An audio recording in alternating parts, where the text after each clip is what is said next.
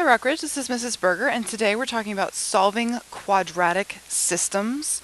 You should have already completed your warm-up, which was a reminder of how to do the graphing of the different forms of the quadratics, as well as converting between the different forms of the quadratics.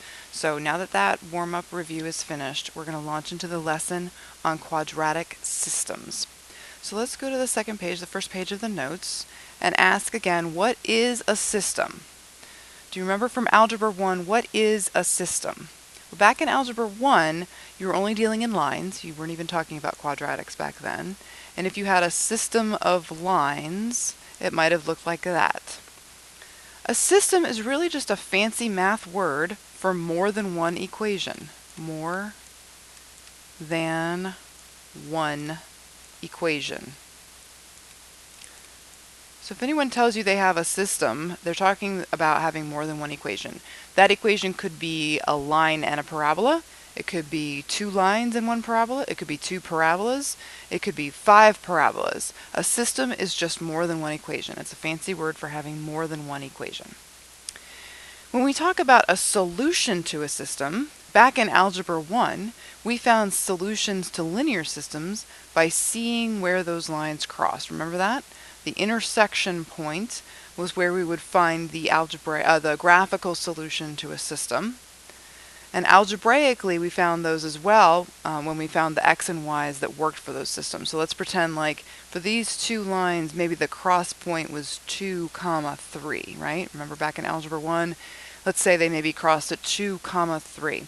That meant that for every equation in that system, for both equations in the system, if you were to put 2 in for x and 3 in for y, you would have a true statement. Remember that?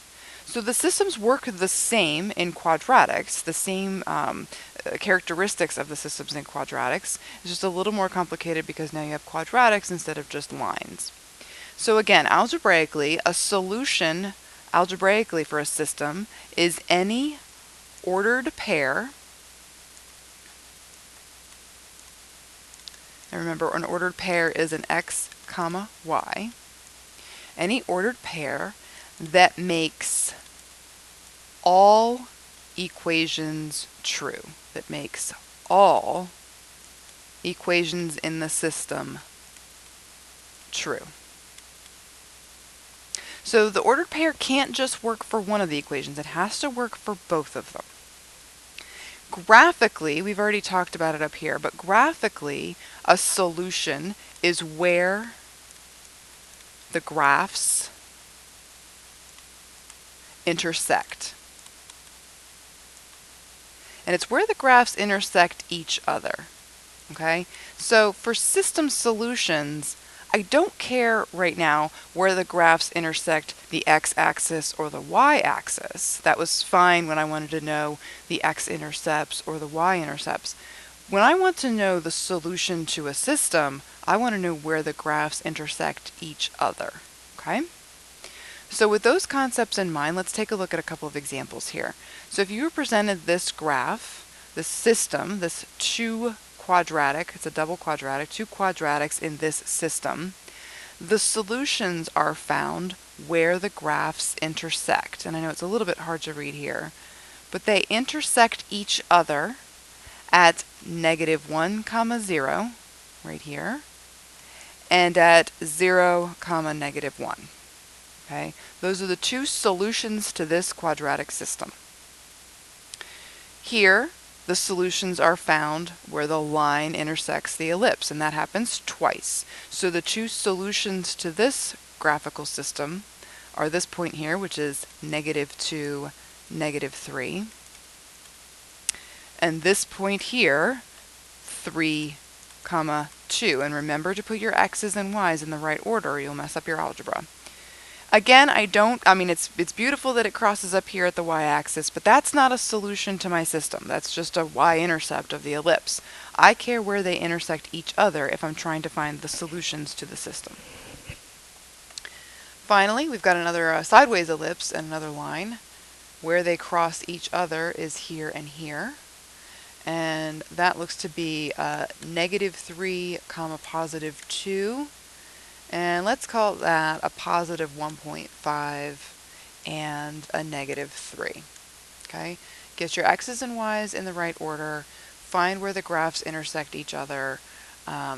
Don't get thrown off by the wording of the question. Analyze the following graphs and determine the solution to the system. Solution to the system is a fancy word for where the graph crosses each other. Okay? So let's think for a minute. If that is true of those graphical systems, how would we represent an example of a system with no solution? What do you think that would look like? No solution. Well, if the solutions to systems are where they cross each other, no solution means they must not cross each other. So one example back in Algebra 1 might have been two parallel lines, right? Two parallel lines never cross each other. So that's an example of a linear system that has no solution.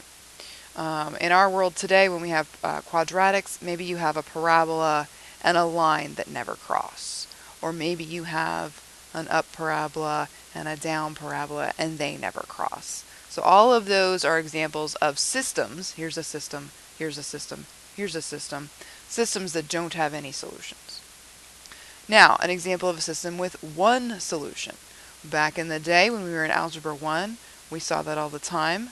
Two lines, their single cross point, there's a system of lines that has one solution. It has an x comma y, but that is one single x comma y for that solution. Another example with parabolas thrown in the mix, you might have a parabola like this, and maybe the line comes up and just touches it in one place, or just kisses it just in one place. That's a system with one solution. Maybe you have a parabola like this, and then a parabola like this, and its one touch point is its one solution. So each of these is a system with one solution. That's what that would look like. All right, let's take a look at graphing this on the calculator and how that might help us with the algebra. So if you were presented with this, and again, this little bracket is not, anything to be scared about. It's just a little bracket that tells you that this is a system working together. It's not two separate things to be solved. It's a system of equations. So if we wanted to solve this graphically using the calculator, we could certainly put each of them into the y equals, graph them, and then ask the calculator, hey, where do these intersect? Because wherever they intersect is where I'll find a solution. The problem is we have to have these in y equals format, right? You can't plug this into your calculator as it is right now. You have to solve for y first, okay?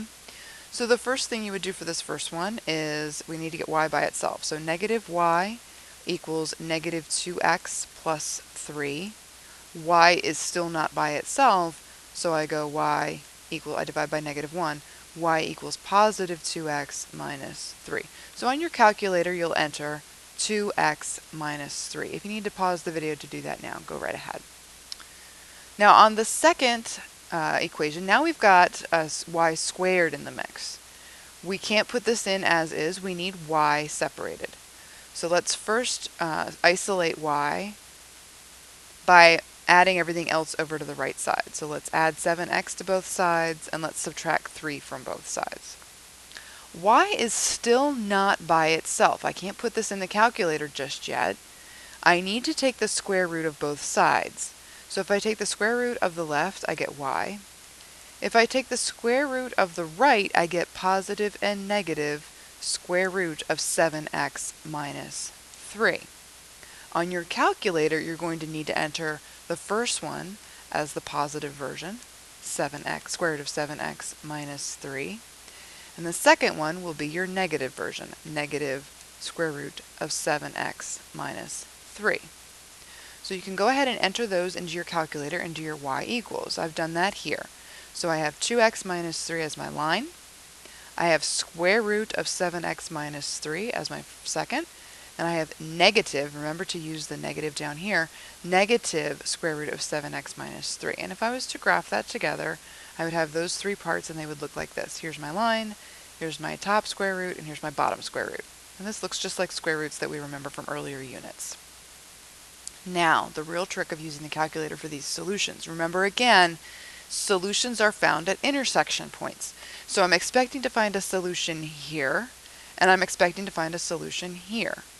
Only I'm not going to do the algebra to find that. I'm going to ask the calculator where that is. I go second, trace, intersect, choice 5, intersect. The first question it's asking is, what is my first curve? What's the first curve you want to talk about? I'd like to talk about the line because that's where it defaults anyway, so make sure that your cursor is on the line. If you have color like I do, if this readout is in blue, then I must be on the line. So go ahead and pick anywhere on the line. I might want to try to get a little bit closer to my intersection point. That's fine. So I hit enter. Yes, that's my first curve. Now my second curve. It expects me to say my second curve is the red one, and that's fine. My second curve being the red one, I'll go for this first intersection point first. So yes, second curve, I am blinking on my second curve, enter. If you're not blinking somewhere obvious, you can scoot with your toggles so that it's a little more obvious that you are on the curve that you want. So hit enter. Now, my least favorite word, guess, but yes, go ahead and guess. Work on the math in the background and tell me where they intersect. The calculator says this point of intersection is at 4, 5. So one solution to this system is 4, 5. 4 for x and 5 for y. If I was to put 4 in for x and 5 in for y, for both of these equations in this system, I would get true statements. Now let's go after the other one. I have to start the process over again. Second, trace, intersect. Now, first curve. Well, yes, once again, the line is fine for a first curve. I can be scooting along here and say, yes, I am on the blue line, and I do want to find where it intersects this black curve down here. So that's fine. First curve, I am on it, hit enter. Second curve. It assumes I want the red one to be my second curve. I don't. I want my black one to be my second curve. So I'm going to toggle down and make sure that I'm blinking somewhere on the black part of the curve. Now that I'm blinking on the black curve, I have identified my second curve, so hit enter. Guess, yes, go ahead and guess, hit enter. It's calculating in the background and it finds that this is the other intersection point, 0.75, comma, negative 1.5. So that is the second solution to this system, 0.75, comma, negative 1.5. So if I was to put 0.75 in for x and negative 1.5 in for y, in either of these, it would work for both of them. I would have true statements. So those are the solutions. So even when we get to the algebra part of our lesson today, you could actually use the calculator to go back and check your algebra by finding the intersection points. You would just have to get everything in y equals format. All right, speaking of which, let's go ahead and head towards the algebra. So here we don't have graphs, right? We have to do this algebraically, and you will need to be able to perform this on a test. You may remember back from Algebra 1 as well the concepts of solving systems with elimination or substitution. Let's start with substitution first. Substitution, if you recall, in order to solve using substitution, you had to have a variable isolated, like we already have here. Somebody handed us this beautiful little thing here. Y is already isolated, and they're saying y equals all this stuff over here with x's in it. If you have this variable isolated like this, you could substitute this right-hand side up here whenever you saw y. So you could substitute it in for y into here. Why would you do that? Well, let's see what happens when you substitute. If you substitute 6x minus 3 in for y, and then that equals all the stuff on the right, x squared plus 4x minus 2, instead of two equations in two variables, you now have one equation in one variable. So you could now solve for x. How would we do that? We would just deploy all those skills that we've been learning over the last 2 units. Let's get everything on the right-hand side. So let's subtract 6x and add 3. So we would end up with 0 on the left and negative 2x and positive 1. So now how would I solve x squared minus 2x plus 1 equals 0? Well, we certainly could. We have a bunch of things in our bag of tricks, right? We could try factoring, we could try completing the square, we could try quadratic formula. Any of those things is certainly an option here. Looking at this, I think factoring is probably the fastest, right? Because if I look at this, two things that multiply to positive 1 and add to negative 2, well, I know that right off the top of my head. I see that as x minus 1 and x minus 1. So I've chosen to factor. If you've chosen to complete the square or to use quadratic formula, you'll get to the same exact place. So if I have x minus 1 and x minus 1 equals 0, what must that mean my solution is? Well, x minus 1 equal to 0 means that x must equal 1. Now, do I ever say the solution to a system is x equals 1?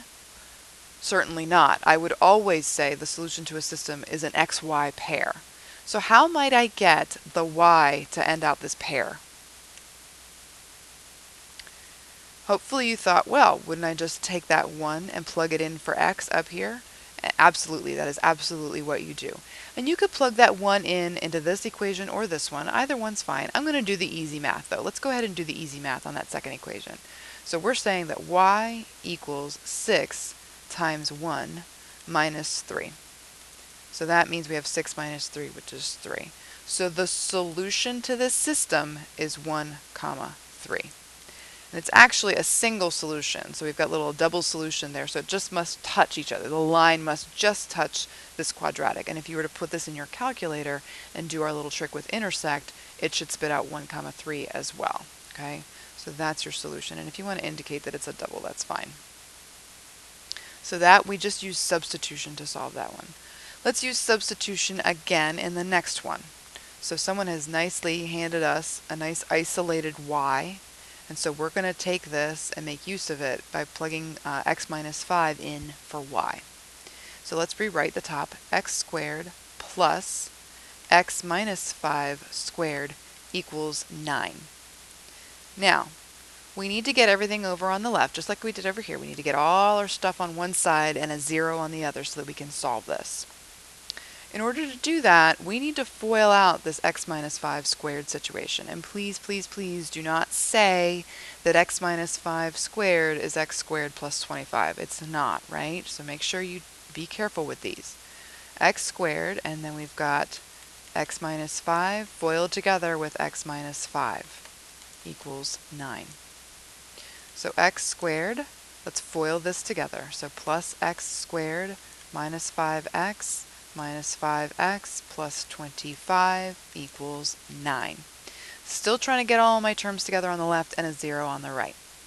1x squared plus 1x squared is 2x squared. Please be comfortable with that. Negative 5x, that's negative 10x. 25, let me go ahead and bring this 9 over. So 25 minus 9 is positive 16 equals 0. All right, now I'm ready to solve for x. Solving for x, I would love to factor this. It's usually my first choice, right? So if I take a greatest common factor out, this is what I'm left with. The problem being, I can't think of anything that multiplies to 8 and adds to negative 5. So good try, good plan. I'm not going to factor though. So I'm going to go ahead and quadratic formula this. So quadratic formula x equals, and hopefully I've got it memorized. If you don't, it'll be available on the test. But negative b, so negative 10, so that's positive 10, plus and minus the square root of b squared. Please remember that negative 10 squared is positive 100, minus 4 times a, which is 2, times c, which is 16. All of this, the whole thing, over 2 times a, which is 2. So once I continue to simplify this down, I think what is negative 4 times positive 2 times positive 16, and then I combine that with 100, and I get, what's 16, so 8 times 16, I believe that's 128, so I think I get 10 plus and minus the square root of negative 28 over 4. I believe that's what that is. Now, square root of a negative. What happens with the square root of a negative? What is that?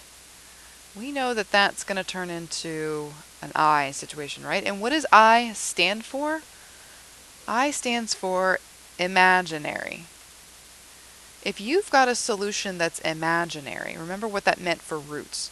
Remember imaginary roots, they didn't cross the x-axis. Imaginary x solutions means these two don't cross. So if you were to isolate y on all of this and put it into your calculator, you would see a graph that doesn't intersect. And so what does that mean if they don't intersect? Or what does that mean if you have imaginary x's? It means you have no solution. Okay? On a test, make sure you at least prove to me that you got down to the algebra of a square root of a negative. If you don't want to continue simplifying this any further, that's fine. I just need you to at least show that you know that this is the square root of a negative and therefore no solution, okay? All right, let's demonstrate elimination on the next one.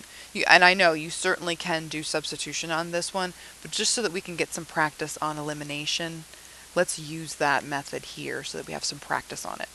So elimination works like this. Remember back in Algebra 1, elimination, you were to take the first line and add it to the second line, and you needed to eliminate one of the variables. You could either eliminate the x's or you could eliminate the y's. Either way would be fine. If you were to add these two together as is, you would actually eliminate the x's. So that's nice. It's already set up for us. Sometimes, do you remember back in Algebra 1, sometimes you had to multiply one of these lines by a negative or a -2 or something so that you could eliminate a certain variable. Hopefully that's ringing some bells. So you might have to do some work. This one was already handed to us so that if we were to add these two together, we would actually eliminate all the x's and just be left with one equation, one variable of y. Okay, so that's why this is a nice little example for that. So let's go ahead and do that work. Add these two together. So what is 1y plus 1y? It's 2y. Make sure you're comfortable with that. 1x squared and minus 1x squared, that cancels out to be 0, which is what we knew was going to happen. Negative 6x, positive 6x, that cancels out to 0. And 14 and -4 gets you a positive 10. So 2y equaling 10 must mean y equals 5. Again, you can't just declare y equals 5. A solution to a system in two variables has an x and y pair. So we'll go ahead and make use of one of these. It doesn't matter which one you pick. I'll just go ahead and pick the first one. I'm going to say, all right, if y is 5, 5 must equal x squared minus 6x plus 14. So a little bit more work to get to our x's. What do we have to do? We've already done a lot of it today. We need to get everything on one side and a 0 on the other. So let's subtract 5 from both sides and see what we have. X squared minus 6x plus 9. Now, solving this quadratic, what should we do? We have three choices. We can complete the square, we can factor, we can use quadratic formula. Looking at this one, I'm pretty excited about factoring. I see multiplies to 9 and adds to -6. I'm heading straight for factoring. X minus 3 and x minus 3. If you wanted to quad formula this, you certainly could. So what must x be? Well, x minus 3 equals 0, so x must be 3. So the solution to this system is 3, 5. And you could do double if you want, but these two parabolas, they must just touch in one place. Okay, one of them's upside down, one of them's right side up, and that one place is 3, 5. All right, so that is the solution. And again, you certainly did not have to do elimination with that. You could have done substitution. It's the same amount of work, honestly. All right, on number 5, I encourage you to go ahead and put this into your calculator just to practice those calculator skills. You would put y equals -2x squared and y equals 1/2 x squared, yada, yada, yada. When you enter those, you will find, let's see, these are two parabolas. Those two parabolas, one of them is upside down like this. It's probably more skinny than that. And one of them's up like this. So when you graph it, you should see those intersection points. Practice those skills of graphing, doing the second calc, and do the intersection points. I encourage you to do that on your own. Make sure that you can get that practice, and you should end up with -2.781, 6.214 for the left-hand intersection. And you should also get a right hand. When you're picking first curve and second curve on these, if it keeps calculating this same one, try scooting your cursor a little bit closer to the intersection points so that when you pick first curve, maybe you click here for first curve, and then when you pick second curve, maybe you click here for second curve, so that it knows you're looking in this area for the 0, okay? If you keep spitting the same 0 out, maybe scoot your cursor along. But that second 0 that your calculator should tell you is 1.582 and comma negative 9.494, or roundabout, okay? So those are the two that you should get using your calculator. Could you do this algebraically? Absolutely. If you do this algebraically, maybe you would do substitution. I guess you could do elimination as well. Either way, you're going to be left with a pretty substantial quadratic, and I don't believe you can you can't factor it easily, so I would go quad formula on that. And if you wanted to leave it in simplified radical form instead of decimal form, that certainly would be acceptable as well. Okay, so if you wanted to do this algebraically, just for a little extra challenge, you can do substitution or elimination, use quad formula to find your x, and then whatever you get in simplified radical form, plug that back into one of them for the y. You must always have x-y pairs for your solutions, okay? And you can always check your solutions on your calculator after you've done the algebra. Now, before you hit your homework and any more of these systems, we do want to make sure that we sharpen these skills on solving for x, okay? Because these solving for x, obviously, is the first step for finding the solutions to these systems, okay? So once you get x, then you can plug it back in for y, right?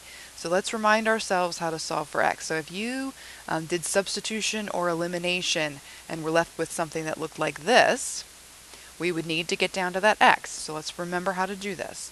I've told a lot of my students solving for x or isolating x or even isolating y is just doing PEMDAS in reverse, right? So let's do PEMDAS in reverse. Somebody already took care of adding and subtracting stuff away from the x. Let's hit the multiplying and dividing. What would we multiply or divide to help isolate x? Well, I would multiply by the reciprocal, right? Whatever I do to the left, I have to do to the right. So I would be left with x minus 4 squared. Now, make sure you're comfortable with what 12 times 2/3 is. You could either think of this as 12 times 2 is 24, divided by 3 is 8, or you could think of this as, well, this reduces to 4 and 1, and so 4 times 2 is 8 over 1. Either way, we need to make sure that we're comfortable with getting to 8, okay? So if you need extra help on that or extra time on that, let us know. All right, we still don't have x by itself. We've taken care of adding, subtracting, multiplying, dividing. Now let's hit the the exponent. How would we take care of the exponent? Hopefully you thought immediately, well, I would take square root of both sides. So that's exactly what you do. Square root of both sides leaves you with plus and minus square root of 8 on the right. And then finally, we've taken this out of the parentheses, so add the 4 to both sides. Now, before you finalize this, please don't leave this as square root of 8. That is not simplified radical form. There's a perfect square of a 4 in here. So let's make sure we take square root of 4 and make it a 2 and leave behind the 2. Make sure you're comfortable with that. Remember, we are building on that unit 1, that crucial unit 1 of simplifying radicals. All right, let's take a look at B. What if you reduce down after substitution or elimination into something that looked like this? How would you handle it? Well, take a careful look. You don't have a 3-term here. You actually have x squareds and x squareds that can be combined right off the bat. So don't ignore that. Make sure that you are clear-headed when you're taking a look at these, right? So I'm a positive person, so I'm going to go ahead and get all of the positive x squareds over on one side. You could have shoved the 4x squared over here and had it over on the left. That's fine either way. So I'm going to make this 5 equals 7x squared. Remember, we're trying to isolate x. There's no more adding and subtracting to be done, but that x has a 7 glued to the front of it with multiplication and division. So let's divide by 7. Please, please do not hit this e.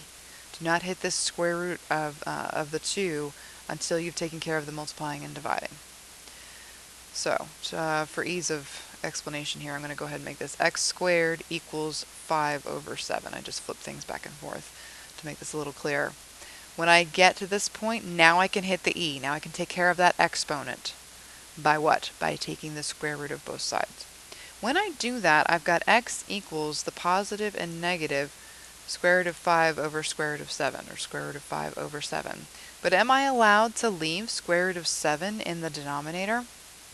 Absolutely not. I may not leave the denominator with a radical. Remember back, I believe it was Unit 1, remember rationalizing denominators. Rationalizing denominators, I can't leave roots in the denominator, so what do I do to get rid of that? I would need to multiply by square root of 7 to take care of that, so that I could get a 7 on the bottom. Whatever I do to the bottom, I must do to the top.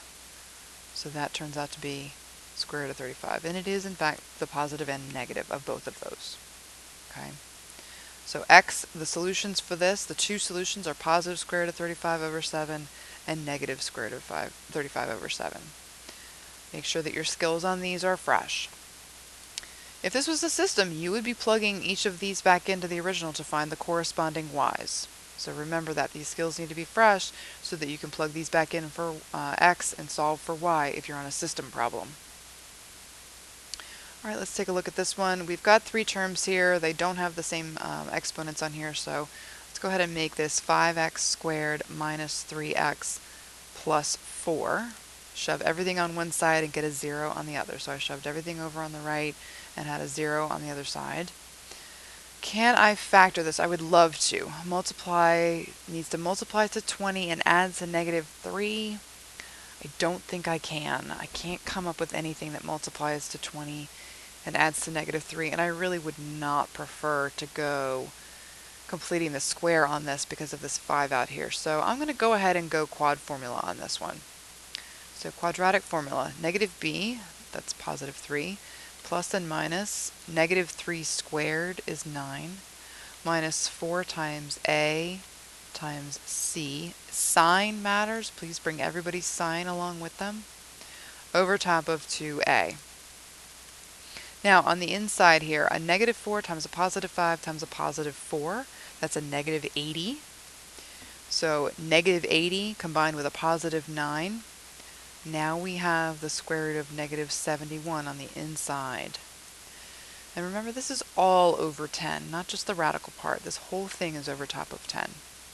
And don't forget, we never leave square roots of negatives in our final answers. We always pull those out as i's. So our final would be 3 plus and minus I times the square root of 71 over 10. That's an imaginary solution. There's nothing else I can do with the 71. There are no perfect factors within that 71. The only other way I could write this is 3 over 10 plus and minus I times square root of 71 over 10. So these are the same in case you're on a multiple choice problem and see this right hand side as an option. That is the same thing that you did over here.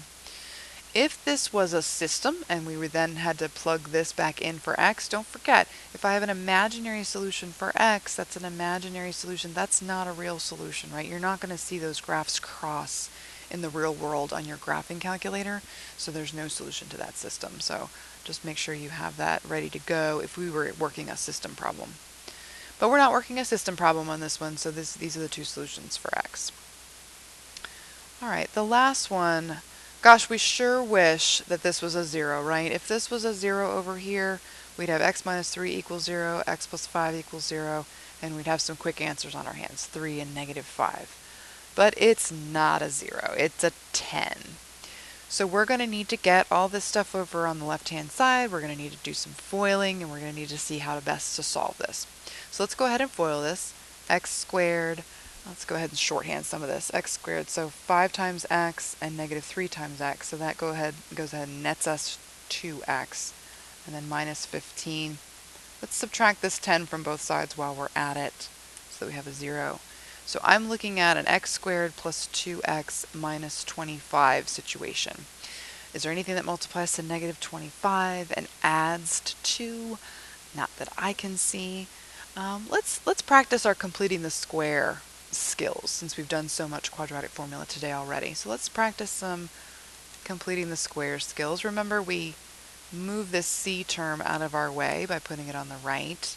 and we need to fill in the blank here with half of b, which is 1, squared, positive 1. Whatever we do to the left, we must do to the right. The whole reason we did this was to engineer a situation. The situation we engineered is this: x plus 1 squared. X plus 1 times x plus 1 is the shortened version of this. The victim of that engineering is 25 plus 1, which is 26. Now we've got an extracting roots situation, so we'll go ahead and take the square root of both sides. Positive and negative square root of 26 on the right. And we subtract 1 from both sides, so negative 1 plus and minus square root of 26. So that was an important reminder of how to do completing this square. Certainly if we were on a systems question, we would be plugging this negative 1 plus square root of 26 and negative 1 minus square root of 26 back into the original to calculate for y. Okay? And obviously that's why a lot of these intersection points on our graphs are these nasty little decimals. It's because some of these solutions have roots in them. Alright, that was a pretty intense lesson. Go ahead and rewind it if you ever need to. Do complete your practice IP38 for this. You also have your summary sheet for this unit, as well as I believe a spiral that you need to be working on. So you've got a lot of practice ahead of you. That is the last of the new material for this unit.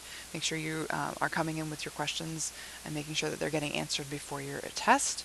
And good luck, and thanks so much.